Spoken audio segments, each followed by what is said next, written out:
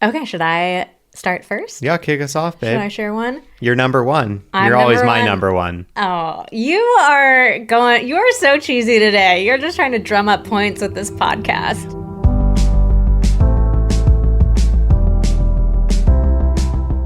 Hello and welcome to the Pillow Talks podcast. We're your hosts, Vanessa And Xander Marin. I'm a sex therapist with over 20 years of experience. And I'm just a regular dude. We share the ups and downs in our relationship while giving you step-by-step techniques for improving yours. Make sure you subscribe for your weekly double date full of totally doable sex tips, practical relationship advice, hilarious and honest stories of what really goes on behind closed bedroom doors, and so much more. It's the sex education you wish you'd had. So today marks 15 years that we have been together. Wow. Thanks to Storyworth for supporting Pillow Talks. Storyworth is a meaningful gift you and your family can treasure forever, and you can get started right away. Go to storyworth.com/pillow to get $10 off your first purchase. 15 years ago, on this day, December 15th, 15 years ago. 4 and 15 years ago. What does 4 mean? Oh, God, you're going to put me on the sport. Wow, we are starting with a bang here. 4, isn't that like, oh, God, I feel like it's like 2 weeks or something like that. Yeah. Well, maybe score is a week, so it's like 4 weeks ago. I don't know. Okay. Well, I mean, as we're recording this, it is not yet December 15th, but it's about maybe 4 days hold on, until we need then. to take we a don't Google know. break. What does 4 mean? Okay, 4, like a score is 20, so 4 is 80. 4 times 20 is 80. All right, so we got a long way to go. I don't know where I got 2 weeks from, but there's some other like old-timey term that means 2 weeks. A fortnight. Oh, that's what I'm thinking. It's fort, not fortnight. A fortnight. And 7 years ago, we met in a fateful Christmas party at Xander's house. Fateful makeout incident. Yeah. So the deal was that night I was out with friends and I was not feeling it that night. She was tired. I wanted to go home. I was tired.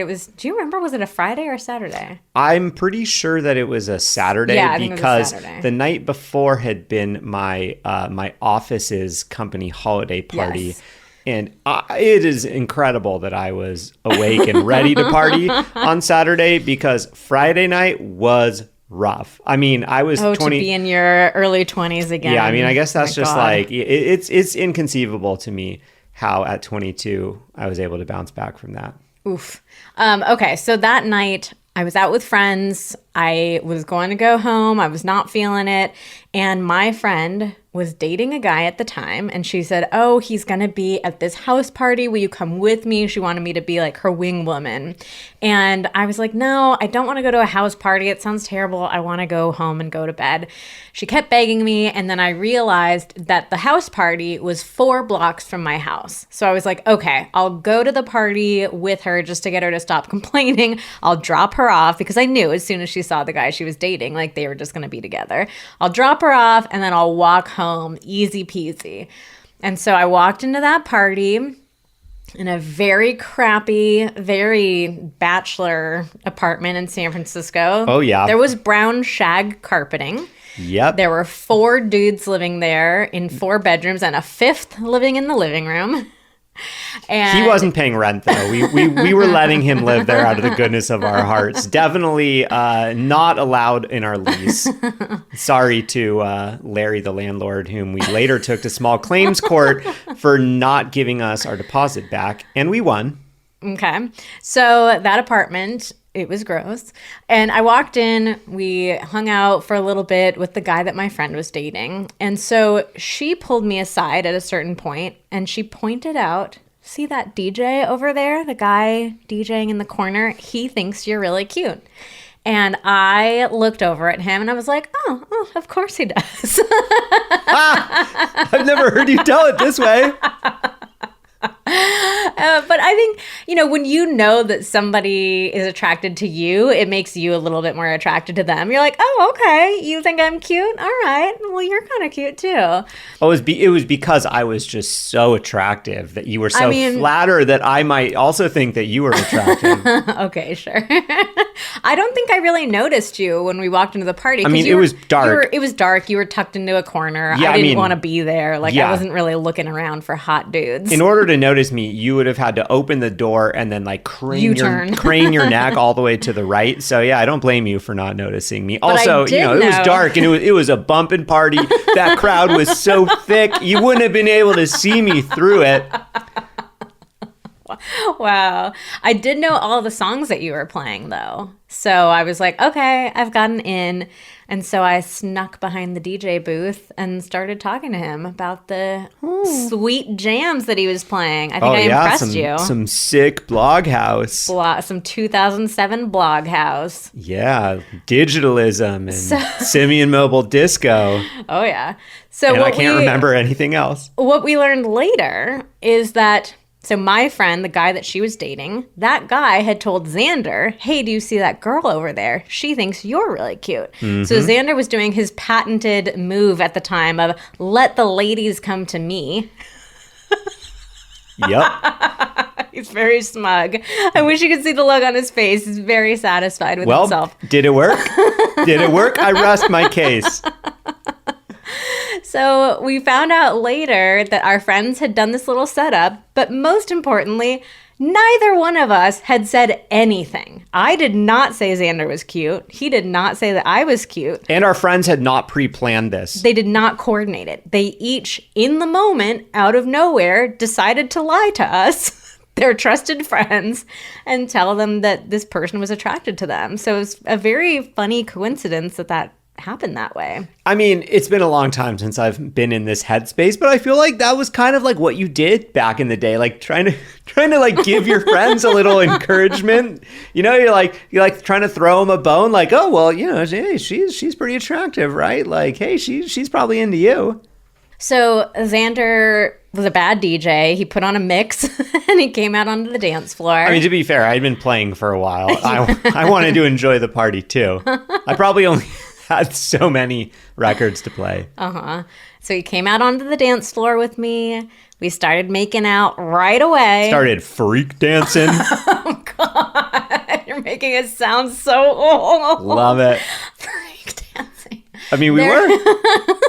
Does anyone say that anymore? Does anyone even know what that means? Yeah, if you're in your 20s, please let us know if you know what freak dancing is. It's just so here's the thing. I love that word. I love that term because for me it reminds me of 7th grade. I went to a new middle school. It was the first time that I had ever been to a school dance, and there was I remember seeing a sign up in the bathroom for the school dance. No freak dancing. For the school. It was like a hand-drawn advertisement for the school dance. And, it was like, here's where it's going to be. Here's how long it is. Here's how cool it is. And then there were rules, things not to do. And it said no freak dancing. And there were a picture of 2 stick figures, I guess, kind of freak dancing, but I didn't know what freak dancing meant. Oh. And it was not clear from the stick figures, what type of dance move they were doing that was not permissible. And I just remember being like, I feel like I should know what this means. No one's ever told me what it means. And I don't really feel comfortable asking anyone. So we'll just see if I figure it out. You did eventually, I guess. I did. I'm pretty sure it was maybe that summer at summer camp that some kids told me what freak dancing actually was. So we I had to wait until high school to indulge in the freak dancing. There is a picture of us. Actually, maybe we should put this in the show notes. There is a picture of us on the dance floor. Somebody was just one of our friends was taking a picture of the whole party, the living room. And you can see us in the very back. You can't see our faces, but you can see our bodies smushed together. My hand almost on her butt. Yeah. We'll have to put that in the show notes. So that night, 6 hours of just making out. You walked me home at, God, I don't know, 3 or 4 in the morning, something like that? Yeah, I think it was 4 in the morning. Yeah, it was very late. He walked me home and told me he'd call me the next day. And he did call me the next day. And I let it go to voicemail because I didn't want to answer the phone. I wanted to see what he was going to say. I did also wait till pretty much the very end of the next day because I was very hungover and not in any state to actually be trying to get together with her. So I waited and I called and basically said, I'm not in any state. Yeah, I mean, I think to see you, but I really want to see you. And I'd love to take you on a date sometime. Mm-hmm. And Monday was our first date, like our first official date. Yeah, we did not waste any time. We didn't. I think we were both, we just kind of knew. Not that, it was going to end up like this 15 years later, but I think we both knew this was something special. And we didn't want to play games with each other. We didn't want to do the wait 3 days. It was like, I like you and I'm into you and I want to see you. Yeah, I really wanted to see her. There was also a lot of sexual tension that was unresolved. Oh, yes. Yeah, I definitely experienced blue balls for the first time that night. And if you listen to watch any of our content, you've probably seen us talk about how blue balls is bullshit. And here's where that comes from. Because blue balls, the symptom is real. There's some discomfort after you've been turned on for a very long time 6 hours of making out. Without any, stimulation that's going to lead to an orgasm, at least for a man. It's uncomfortable. It's not painful. It's not going to kill you. And there's a very easy solution, which I engaged in as soon as I got home, which was using my hands to masturbate. And that immediately relieves the pressure. And I did the same thing because I also had some built-up tension. I'm sure you did. So so that's why that's why you hear us kind of talk shit about blue balls. So I just want to be clear, it's a real thing. We think that the name of it, blue balls, and the way that it gets thrown around tends to imply that it's a lot worse than it is, and that there should be some obligation on the other person's behalf to help you finish yourself off, to relieve that tension. But that's total bullshit because you can do it just as effectively, if not more effectively and quicker yourself. I love that you've turned our anniversary story, our story of how we met, into a rant on blue balls. Yeah, thank you. You're welcome. All right, so 15 years later, that really was it. It was once we met each other and started dating. Yeah, we went on a date. We went on our first date on Monday. I think we went on our second date on Wednesday. And I think we went on our third date on Friday. And then on Saturday, it was... we were both each going home for the holidays because it was, in December. Yeah. And that was the era when we were young enough where it was it's, holiday time. We're going to go home and stay with our parents for 2 weeks or whatever. Mm-hmm. And Vanessa drove me to a gas station in Gilroy where my mom picked me up. And but I forced Vanessa to just leave me at this gas station because I didn't want her meeting my mom yet. That would have been weird to meet your mom. Vanessa was like, are you sure? It was weird to just drop you off at a gas station and drive away. It was sketchy. It was sketchy, but I was like, I got to play it cool. And 15 years later, here we are. Yeah. So we thought we had to celebrate this occasion by sharing 15 lessons that we have learned over 15 years of being together. Yeah, number one is if you feel any blue ball discomfort, just masturbate. There you go. Xander's got one already. Just kidding. That's not one. That's number 0. So we decided to do something kind of creative for this episode. So what we did is I came up with 7 lessons that I feel like I've learned. Xander came up with 7 lessons that he's learned. We sent them to our employee, Keely, so she checked to make sure there weren't any overlaps, which I think there weren't. Wow. And then our team came up with the final lesson that they've learned from being around us and observing our relationship. So we're going to be sharing these with each other. Xander and I have separate notes. We have not seen each other, so it'll be a little surprise to each other. A little anniversary gift. Should we do them all together, or alternate? Alternate, for sure. Okay, cool. I was going to suggest that too. This is how little we've prepared for this because we don't want to tip each other off. But first, But first, you got me. You got me. God, I was bragging the other day about how on it I've been with the review of the week. How, like it just took me a little while to form this habit of remembering and right back to earth. I was just so overcome with emotion for us in 15 years that I hope you can forgive me.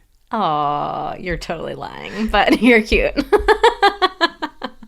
All right, well, let's get into this cute review of the week. More, please. I genuinely look forward to every Thursday when new episodes are released. Vanessa and Xander are like my wise friends who are open and willing to share real experiences that have helped me so much. I used to be more concerned about sharing this kind of stuff or that it would off-put my partner that I was listening to this kind of material, but he expects it now and even enjoys learning about what's being discussed on the podcasts. Thanks for staying open, honest, and relatable and keeping us excited to listen in more. Heart face, party face, star eyes face. There you go. Star eyes face. Starry-eyed surprise. Oh. Well, thank you for this wonderful review. Your reviews go so far in helping the podcast grow and reach new people. And we decided to switch things up starting this week. Switch up. We've got a new prize. So now for our review of the week giveaway. So here's how it works. We just ask you to please leave a review for us on Apple Podcasts. It does not have to be long. Just a sentence will do. But once you leave that review, you are entered into this weekly giveaway every week going forward. And if you are chosen and you hear your review being read in an episode, then you get to pick a masterclass of your choosing.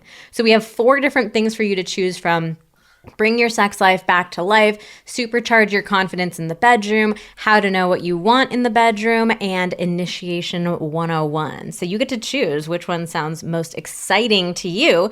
And you can email us at info@vmtherapy.com. Just tell us the username that you left your review with, and they will get you all set up with your free masterclass. So just our little way of saying thank you so much for taking the time to leave these reviews.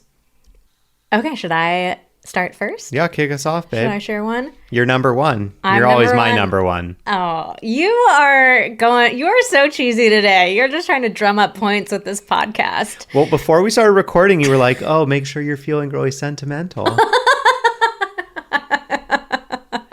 You're getting what you asked for. Throw me under the bus. You're getting what you asked for. All right, it's working. Okay, so number 1, I pick someone you want to do hard things with. Ooh. Yeah, you like it? Yeah. Tell me more.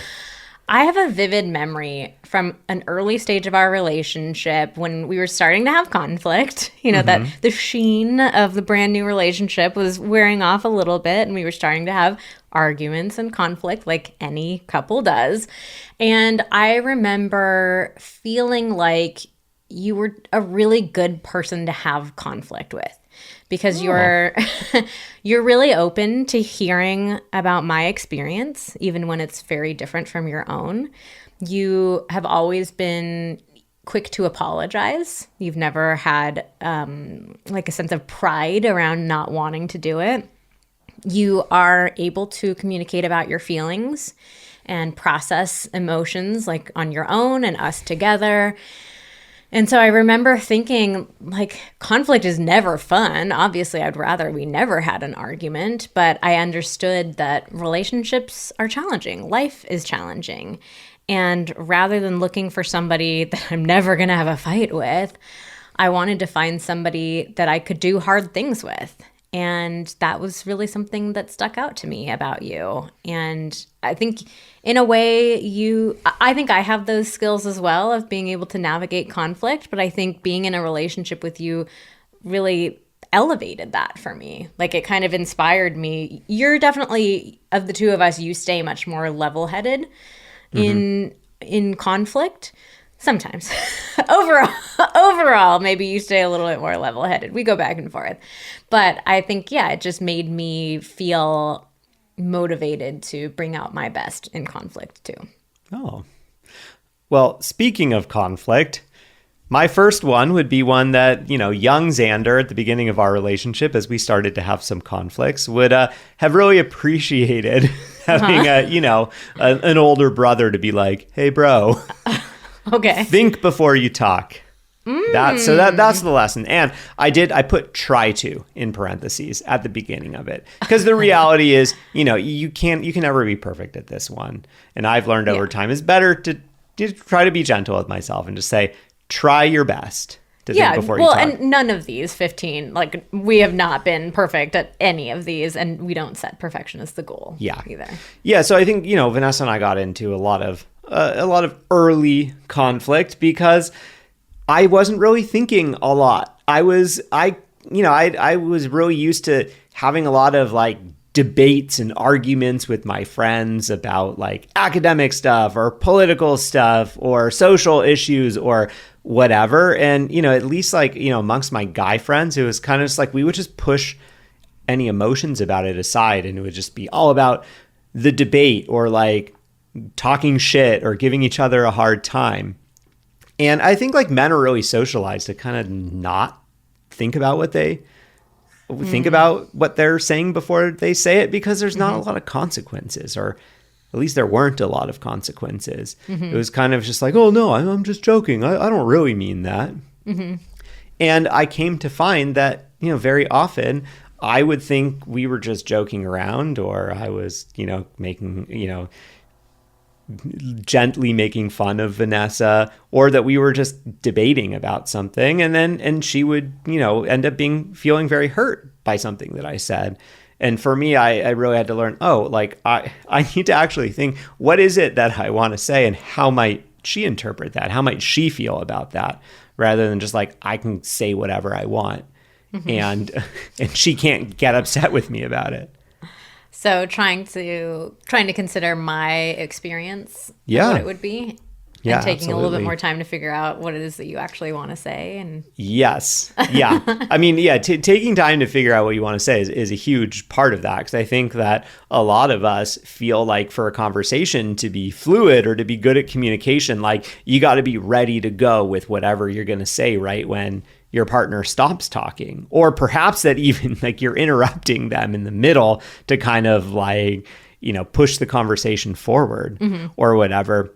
And I really had to learn that for me, I often need to take a break. Like after she says something, I need to say, hey, give me a couple seconds to think about that and consider what I want to say next. And I think that's a good tip for anyone who struggles with this is because, if you haven't thought about it, you're likely to just kind of say whatever comes to mind, and you haven't had time to consider, what are the words that I'm going to say? How might this feel to, the person that I really care about? Like, is there a chance that they're going to interpret this in a different way than what I'm meaning? Yeah. And so I think that's just an important thing, is remember, you are allowed to pause when you're having any kind of communication, but especially when you're in some sort of conflict. Like, it's better to take more time than to like have it over quickly. Because I think that's like my motivation is I want this to be over. I want this to be over as soon as possible. And very often I end up drawing it out because I just like rush into, oh God, let's get this over. This is uncomfortable. I got to have this done with. And that just causes more damage and more hurt. So take your time. Okay. All right. Number 3, my next selection was, it's easier for us to see the negatives, so make an active effort to find and call out the positives. Oh, you like that one? Gratitude. Yeah. So I think especially as you get into a long-term relationship, the more time that goes by, I think our brains are just naturally drawn to the things that are going wrong, that we don't like, the bad things our partner does. And it's very easy to feel annoyed at your partner, frustrated at them. You see, oh, the dishes are piling up that they haven't washed, or they left their freaking sock next to the hamper instead of in the hamper. And our brains just go straight to those things so easily. And it can feel like each of those little moments adds up, and it just creates resentment and frustration and annoyance, and it leads us to lose that connection between the two of us. And so I think for me, recognizing, hey, that's just a thing my brain does. Actually, when we were at a business conference with a little mastermind group of other entrepreneurs that we're part of, there was a presentation that another therapist did where he put up a big slide on the board and said, like, what's wrong about, or what do you notice about this picture? And it was a couple of different very simple mathematical things, like 2 + 2 is 4, 4 + 8 is 12. And one of them was like 5 + 7 is 15. And so everybody immediately went to like, oh, that one's wrong. So it's just a very simple way of illustrating. Like, it's just a thing that our brains do. Yeah, like he didn't ask. Yeah, he didn't ask what's wrong. What's wrong with this? It just said, what do you notice? Yeah, so nobody said, oh, there are 3 correct math problems there. So I think, for me, being able to recognize, hey, this is just a thing that my brain does, and that's okay. But I want to make a conscious effort to look for the things that are good and that I appreciate and that you're doing for me, or the ways that you're showing up in our relationship or in the world. And that is a simple practice. And it has also been incredibly powerful. It feels good for me when I make that effort to notice the things that you do and the person that you are. And it feels good to you when I share that with you. Mm-hmm. And it creates that feeling of goodwill and appreciation and generosity and lovingness. It creates a feeling of love. There we go. That I think it really fuels us. Yeah, I mean, I think like research has also shown that just like, a daily gratitude practice does wonders for your mental health. Oh, yeah. And just like waking up and thinking about a couple of things or writing them down or whatever. Yeah. Things that you are grateful for, even when things are really tough. Because even when things are tough, like there's always something. And I think I think a lot of people, like I used to be really not anti-gratitude, but like I would hear people say that and like cynical. Oh, like I'd be really cynical about it because it's like, oh, well, I would think, oh, you're just telling me to not worry about the stuff that's going wrong and instead it just be like only focused on like what's going right. Or Pollyanna, like, oh, I'm just going to pretend nothing bad is here. It's all sunshine and rainbows and perfect. Yeah, but the reality is it's not about pretending that things are great. It's just, it's taking a more realistic view of what's going on. Because of course the stuff that is wrong is going wrong and it's still there and it's not going to go away.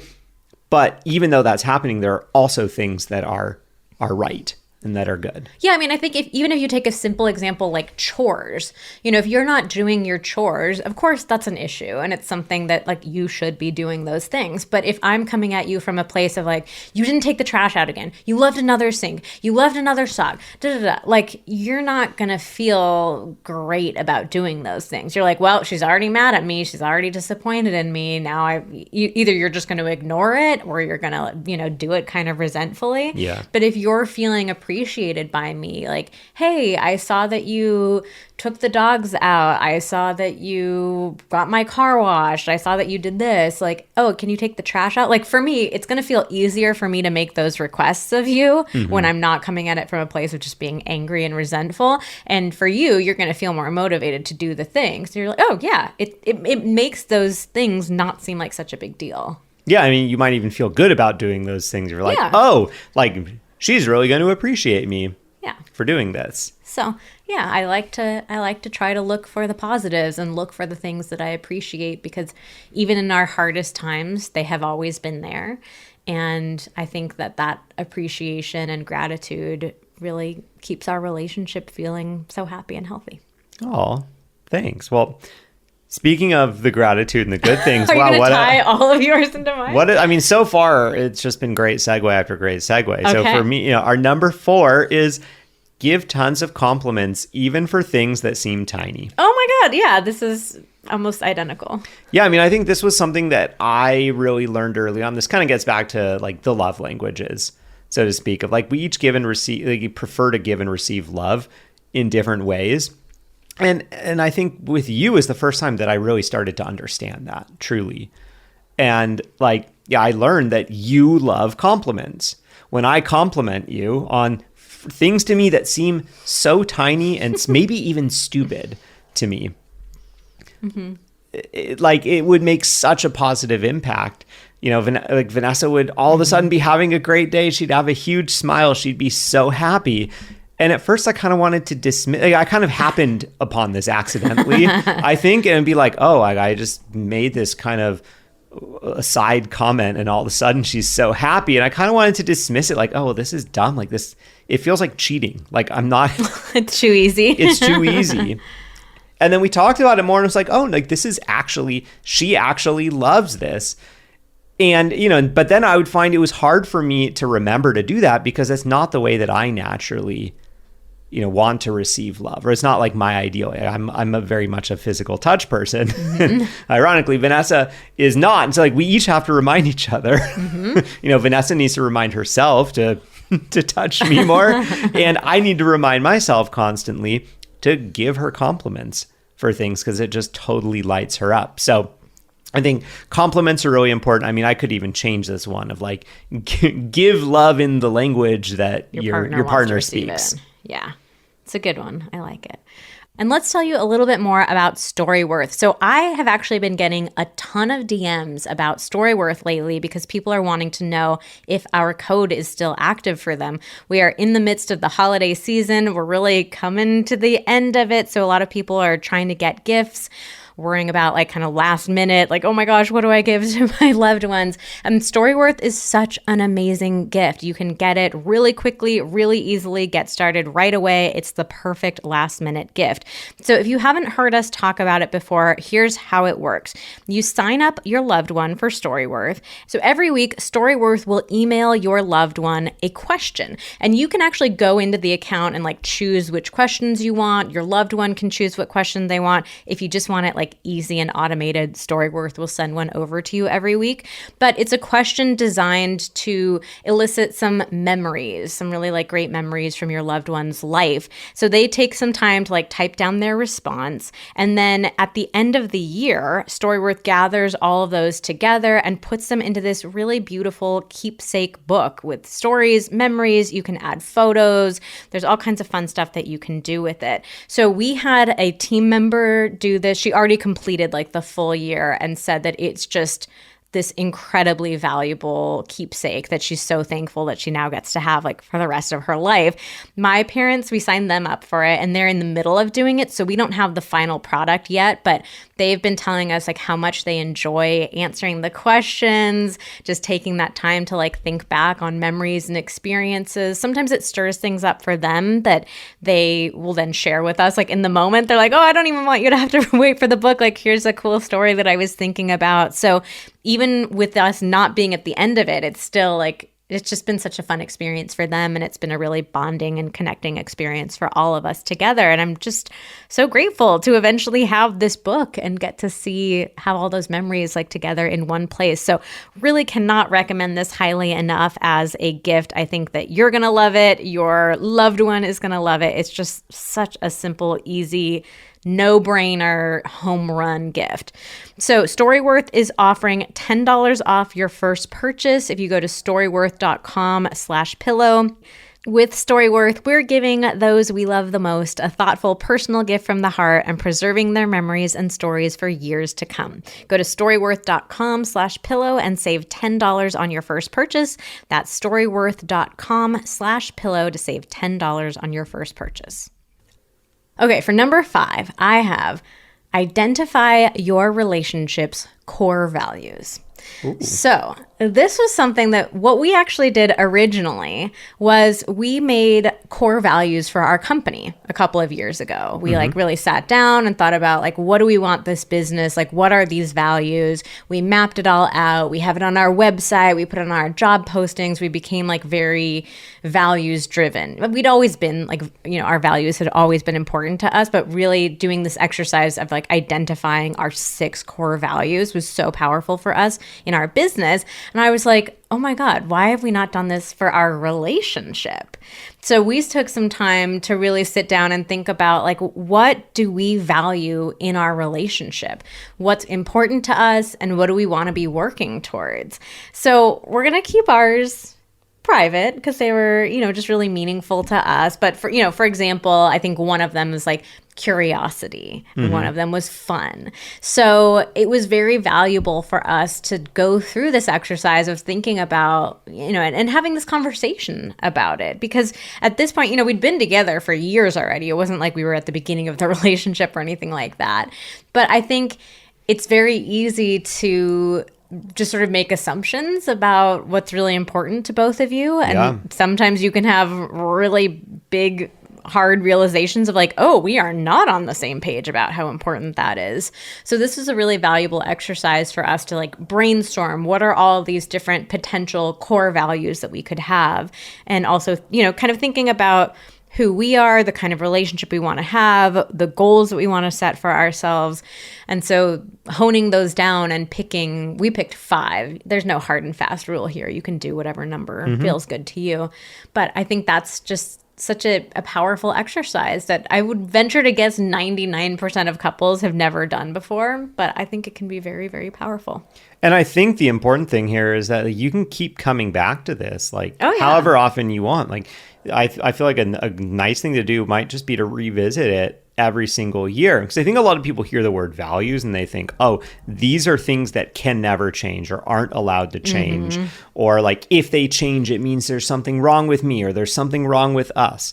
But, if you talk about it regularly, it just gives you an opportunity to be like, all right, let's go through these. Like, how important do these feel still? Does one of these feel less important, or is it having less importance in our life relative to maybe something else? Because of course those things are going to change. They're going to change as you grow, as each of you, have new experiences, new hobbies, you have kids, your kids move out of the house, whatever happens, those values are going to change. And this allows you to open up those conversations of like, how are we changing? Are the same things still important to us? And it kind of gives this permission that those things are allowed to change. Because that's where I think a lot of people get into relationship, like kind of stuck places, is that feeling like it feels like the things that are important to us are changing, but it doesn't feel like we can talk about it, because to talk about it would be to acknowledge that we're somehow not right for each other and that like our relationship has run its course. And then we often wait until they end up changing so much that all of a sudden it feels like it's hard to bridge that gap. But if you come back to it frequently, you can acknowledge, okay, yeah, we're changing in this area. So like, maybe this is becoming more of a personal value. It's less of a partner's value for us, or, there's something else that's really important to us together. So I would encourage you to keep coming back to that one. And fun bonus of this one that works in business and in our relationship is that when you have those values, those can really help you make big decisions. Oh, yeah. Like any business decision that we have to make, like we run it through our values and like, what decision is most in alignment with these values? So it's a great way to help make tough decisions. All right. What is your number 6? Number 6 is a literal daily reminder to myself that Vanessa cannot read my mind.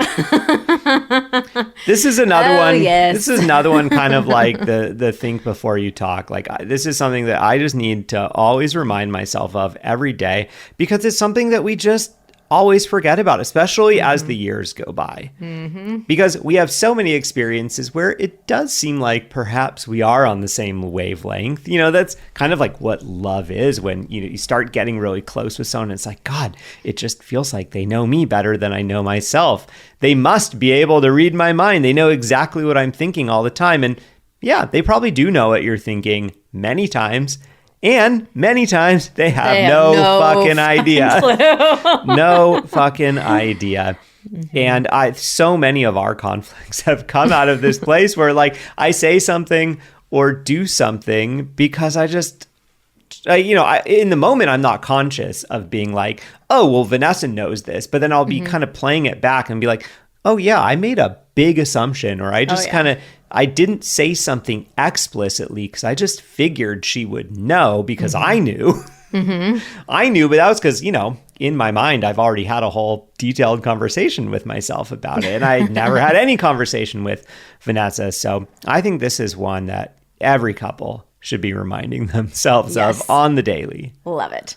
Okay, my number 7 is to aim for understanding, not agreement. And so this has been a way that I've been able to reframe conflict. We both have been able to reframe conflict that has made a huge difference for us. So I will say, like, for myself, in conflict, my natural tendency is to go a little bit into lawyer mode and like kind of presenting the evidence, or like, you said this and then I said that and then you said this. Like, I think of myself as having this very clear memory of exactly what happened. Yeah, this works great for her because she has a very clear memory of it. As soon as we get into any level of like heightened conflict, I feel like I kind of naturally forget things. I have a feeling of what I think happened, but I no longer remember specifics, whereas Vanessa feels like she really does. Yeah. And so we had a lot of conflicts where it was like, we were arguing about the surface level of it. Well, what happened? And then who said what? And then who said what after that? And these conflicts would just go around and around in circles because we were missing what it was that we were actually arguing about, which was the emotion behind the argument, what was actually coming up for each of us. And like, those emotions weren't being addressed, they weren't being tended to. And so the conflict would just keep spiraling and go on because we never got to that deeper, true layer of what was going on for us.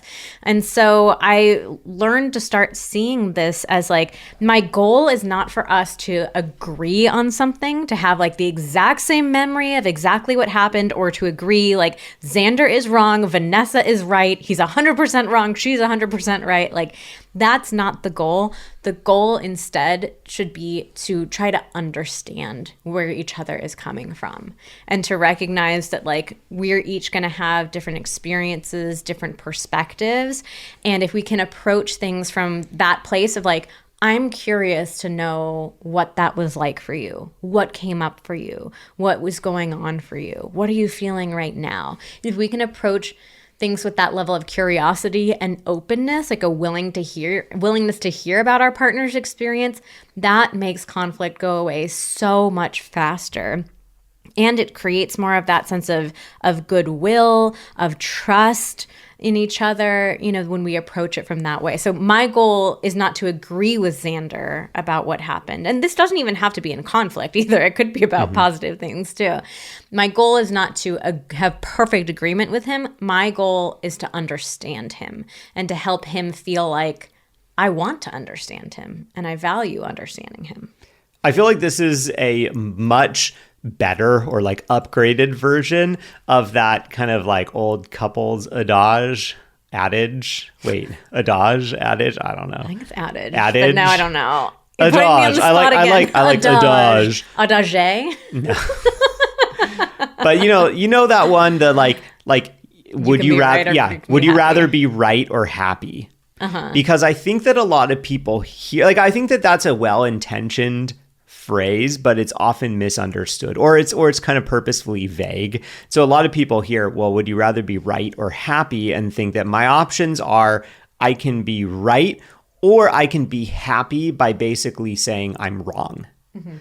And that's not that doesn't help. But I think that, instead, if it's more like, it's not about being right, it's about being happy. And by being happy is like, if we aim for understanding. Yeah. Rather than it's a agreement. better way of phrasing it than yeah, happy. because agreement is kind of like the being right. Because for agreement, you either compromise and agree on something, or one person says, okay, I am no longer right. I agree with your version of what happened. So I think aim for understanding, not agreement, is it's not as sexy as like, would you rather be right or happy? But I think it's a more realistic one with less gray area. Yeah.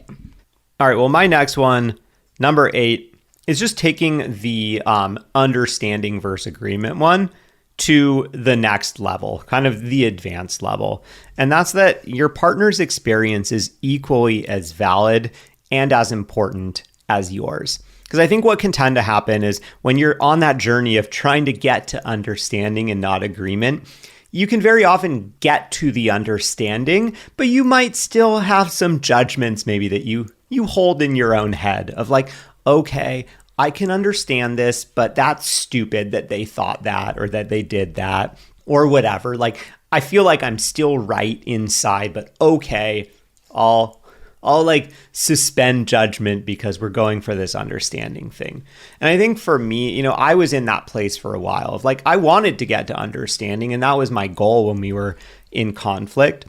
But I would still be holding things inside and having my own kind of judgment about it, I guess. And, you know, it's only more recently that I've really come to realize that, you know, we all have a different experience. We all see things through our own eyes. The way that we see things is completely real to us. There's no like objective reality. There's no one person. There's no like camera watching us all the time where we can like replay the tape and like dissect exactly what really happened. Like we each see the world through our own eyes. We each have a different experience. We each interpret things differently. And just because I interpret something differently from Vanessa doesn't make me any more right or my experience any more real than hers. And so it wasn't until I really had that realization that, you know, when we disagree about something, I aim to hear, what was your experience? What are your feelings that are coming out of that experience? And I try to see it that way. I think that's the real key. Even if I can't understand it, I want to go, hey, this is just the way that she experienced it. I care about her. I care about her experience. She had a very real experience in this way, and therefore it's real enough to me that I can validate it.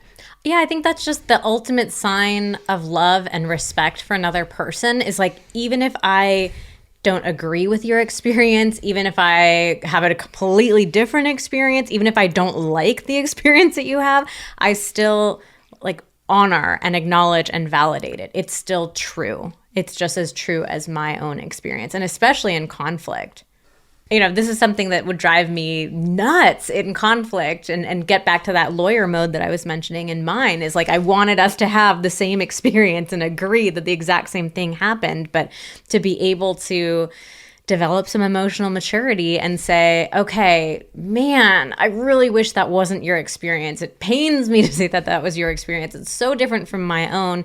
And yet, like, it is true and it's valid and I respect it. Yeah, I mean, I think this one is so important to have this as your goal to get to if you are starting on the understanding over agreement train, because the reality is like you can start aiming for understanding and having some understanding, and you start realizing, oh yeah, this kind of short circuits a lot of our conflicts. It's helping us resolve things.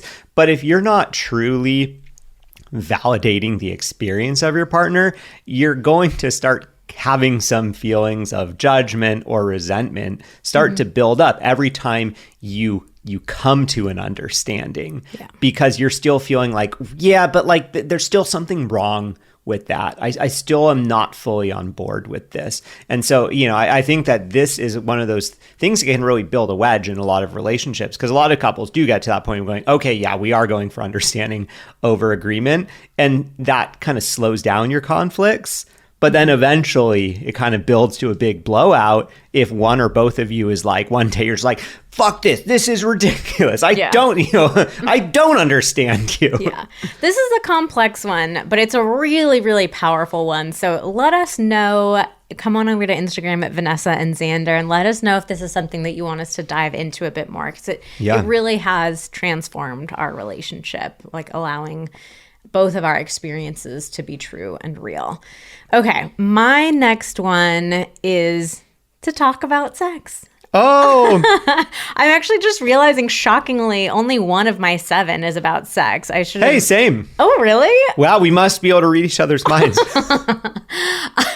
You keep also transitioning. You also keep transitioning right as I'm about to transition to a similar topic. So. Interesting. Very interesting. Proof that maybe we actually can read each other's minds. That's the final lesson. It turns out we actually could read each other's minds all along.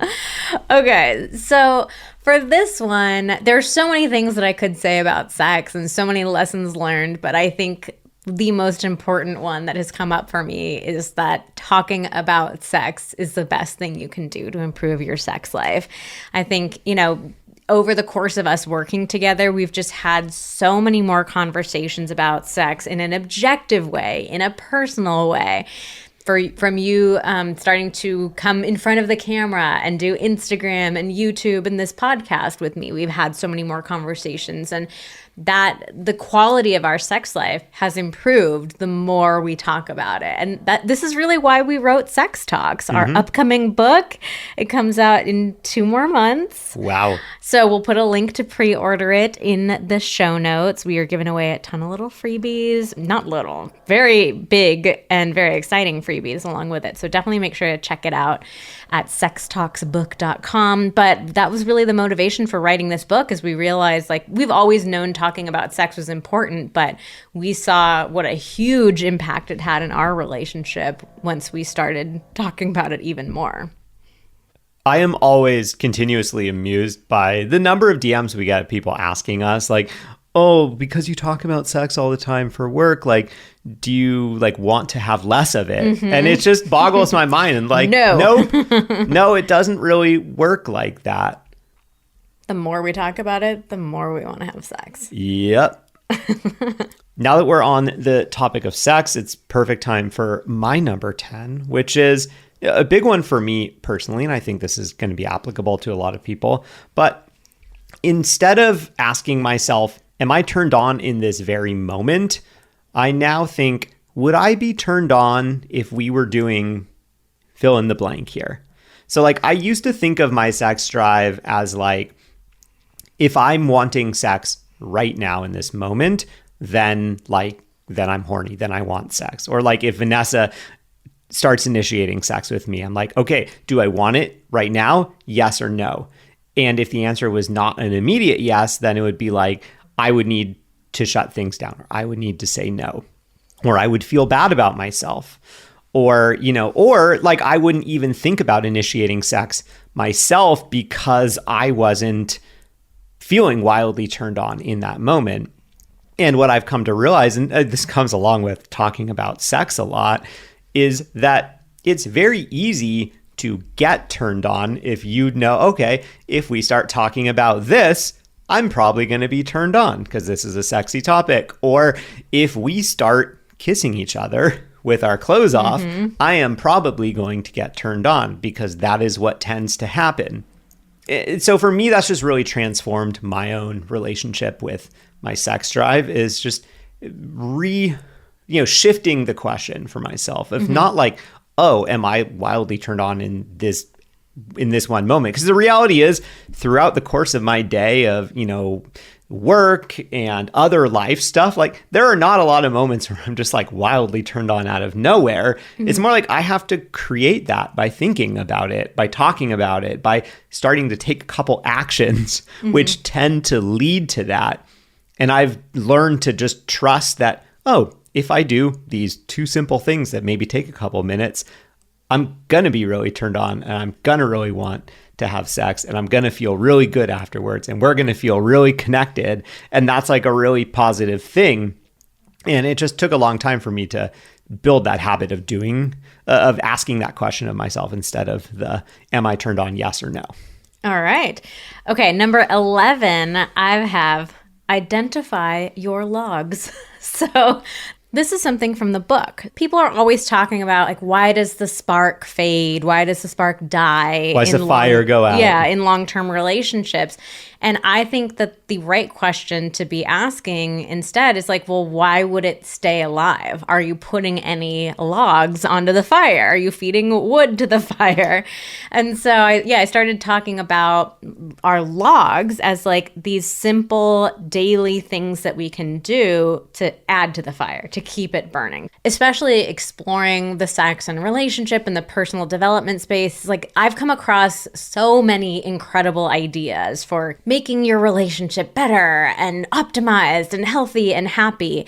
And there was a certain point where I started to just get overwhelmed by all the different possibilities. And it almost felt like I had to create this really elaborate routine of, oh, we have to do this, and we have to do this, and we have to do that. And the reality is that a lot of us are busy. We've got a lot on our plates. We're overwhelmed. And so I started thinking about this idea of logs in a much simpler way. Like, what are some very easy, doable, practical things that I could do that will keep me feeling connected to Xander, keep us feeling connected to each other. And so identifying like those, even just the bare bones of like, here's what we need to keep that thread of connection alive between the two of us. So for us, one of the things that we've identified is our little connection ritual at the end of the day, where we get into bed together, we have some skin to skin contact, we make out, we hold each other.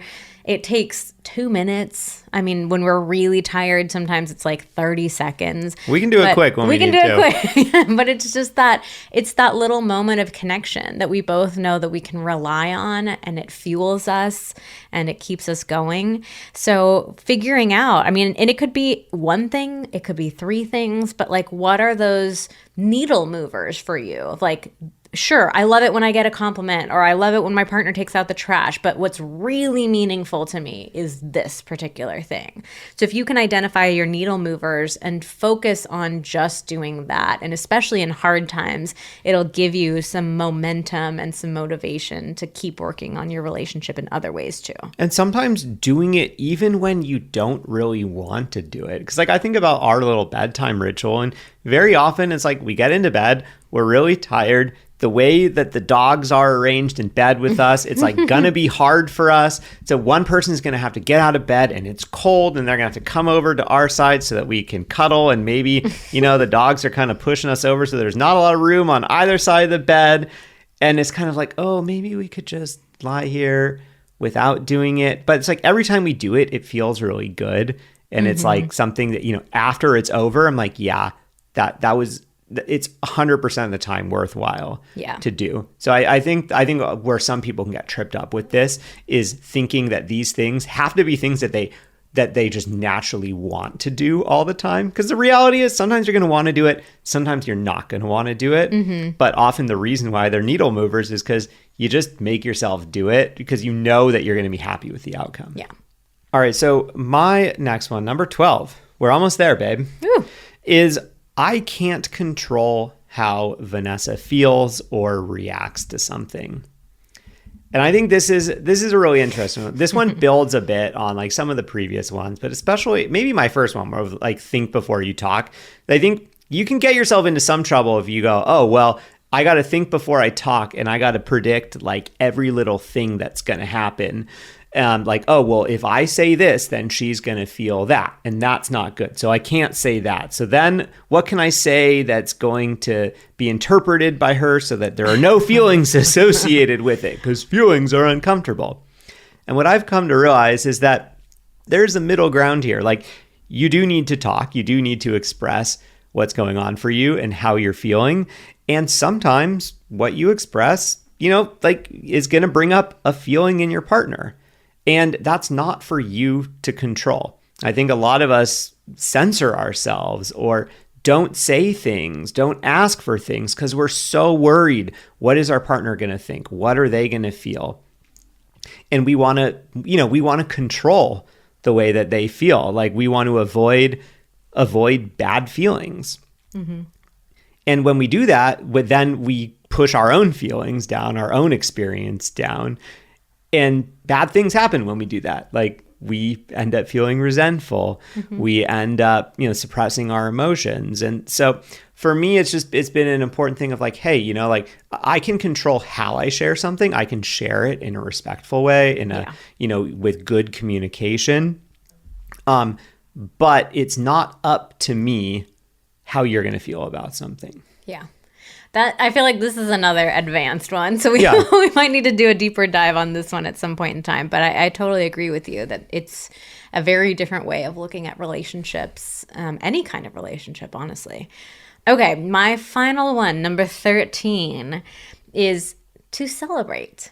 Celebrate your relationship and each other. So I think, a lot of times in relationships, we can get fixated on the hard things and the challenges. And I know we've shared a lot of lessons that we've learned about the challenging times that we've gone through.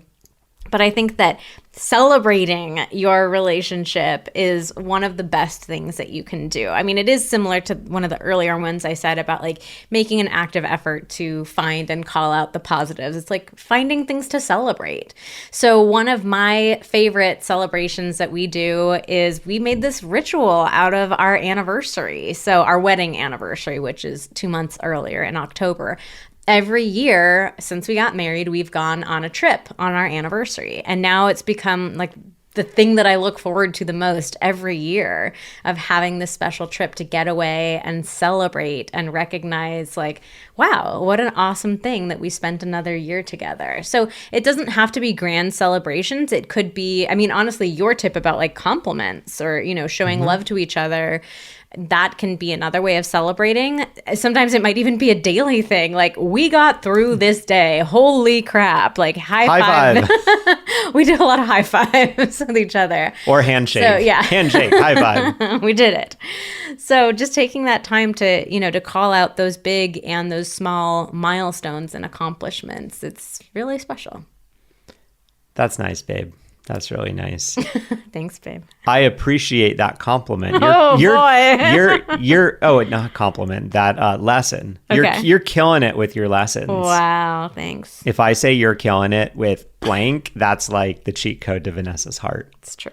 I have learned. All right. So number 14 for me is we literally vowed to be there for each other. So ask for help when you need it.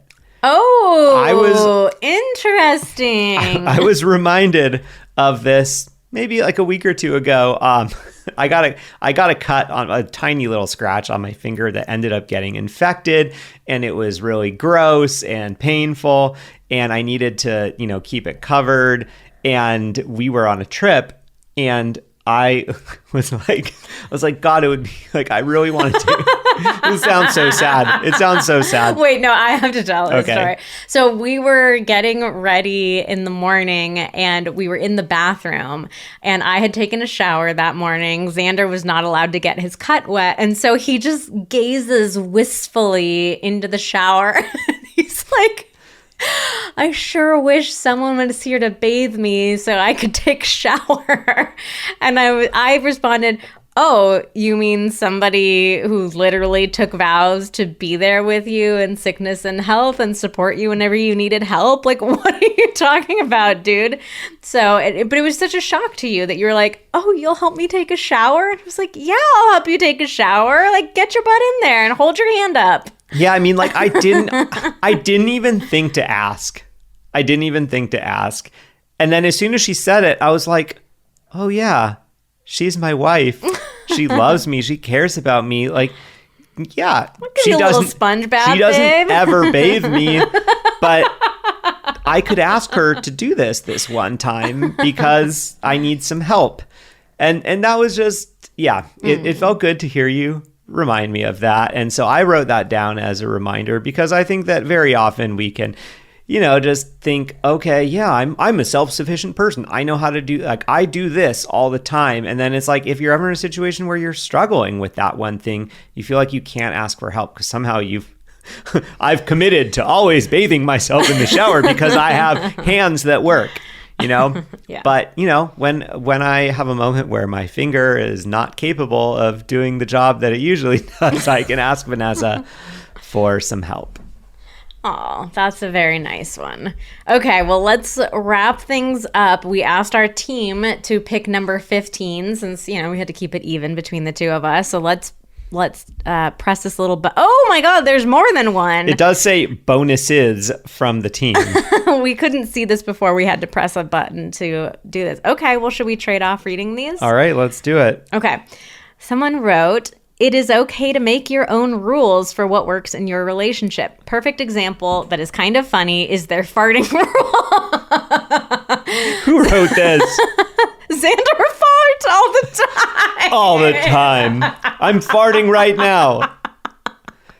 To whoever wrote this, I don't fart all the time. I disagree. You fart a lot. So hey, this is one about, you know, validity of experience. Okay. I honor your experience that you don't fart very often, and I hope you honor mine that you fart all the time. Yeah, and I'll try to fart more to even more conform to that experience. Okay, Xander farts all the time, and it would make her crazy, but as a compromise, he can fart outside or in the bathroom, and even if she is right there, it is completely acceptable because it is the farting free space. The farting free space, I think is how I should have said it. Like, you're allowed, you're allowed to fart in the bathroom, and Free farts. I will not get upset. An excellent way to accept who a person is, but to find a way to keep it from being a continuous thing to snipe at about each other. I'm glad that that's the one thing we've taught you. Oh my God. All right, well, I got a shorty. It's never too early to work on your communication. Turn-offs are as important as turn-ons. Talking about sex is sexy. Foreplay is king and queen. Woo! Next one is quality over quantity when it comes to sex. So easy to get caught up on how often, but that matters way less than how you actually feel when you're having sex. Oh, and that there will always be changing seasons in a relationship. Accepting that things will ebb and flow makes things feel way less scary when you are feeling distant from your partner. And then finally, don't feel guilty about having low energy. I'm prone to worrying about everything, but especially my partner and how much I'm doing for them. When I'm too tired to give them my 100%, I normally feel awful about it. Reading V and X's thoughts on mental load has really helped me feel more comfortable with admitting when I'm tired or stressed and being okay with that. Tangentially related, we both used to wonder why we'd feel so tired after just a little sex. And then we learned that there are way more comfortable ways to do things. Don't try to be a porn star are words that we live by now. Haha. Well, thank you to our team for coming up with these. Glad that we could be the inspiration behind these lessons. So that's well, I guess these are bonuses. Those are like 18 lessons learned in 15 years. We packed a lot into those 15 years. We did. Well, it's been such a great joy to spend 15 years of my life with you. Thank you. You've been the best wife I could ever ask for. Thanks, babe. So we will link Sex Talks, our upcoming book, for you in the show notes. You can also just go straight to sextalksbook.com. We're going to try to find that photo. We will find that photo. Freak dancing. Yes, we will put that photo in the show notes, so go check it out. There should be a link to it down in the description. All right, well, that's it for today's episode of Pillow Talks. Thank you so much for listening. Join us again next week when we talk about conflict. We're going to be talking about fighting fair, and we have some examples of fights that people in our audience have gotten into. Text message fights. So we do have the objective play-by-play of what happened. For our own experience. Yeah, we're going to break it down. I'm so excited about this episode because we got the fights already. We read through them, and we're going to go through like point by point and show you how you can fight more fair, how you can handle conflict in your relationship, because I think that's been a big lesson that we've learned. So I'm glad these episodes are coming out next to each other because I think we've gotten pretty good at handling conflict. Thanks, babe. Yeah, we'll see you next week.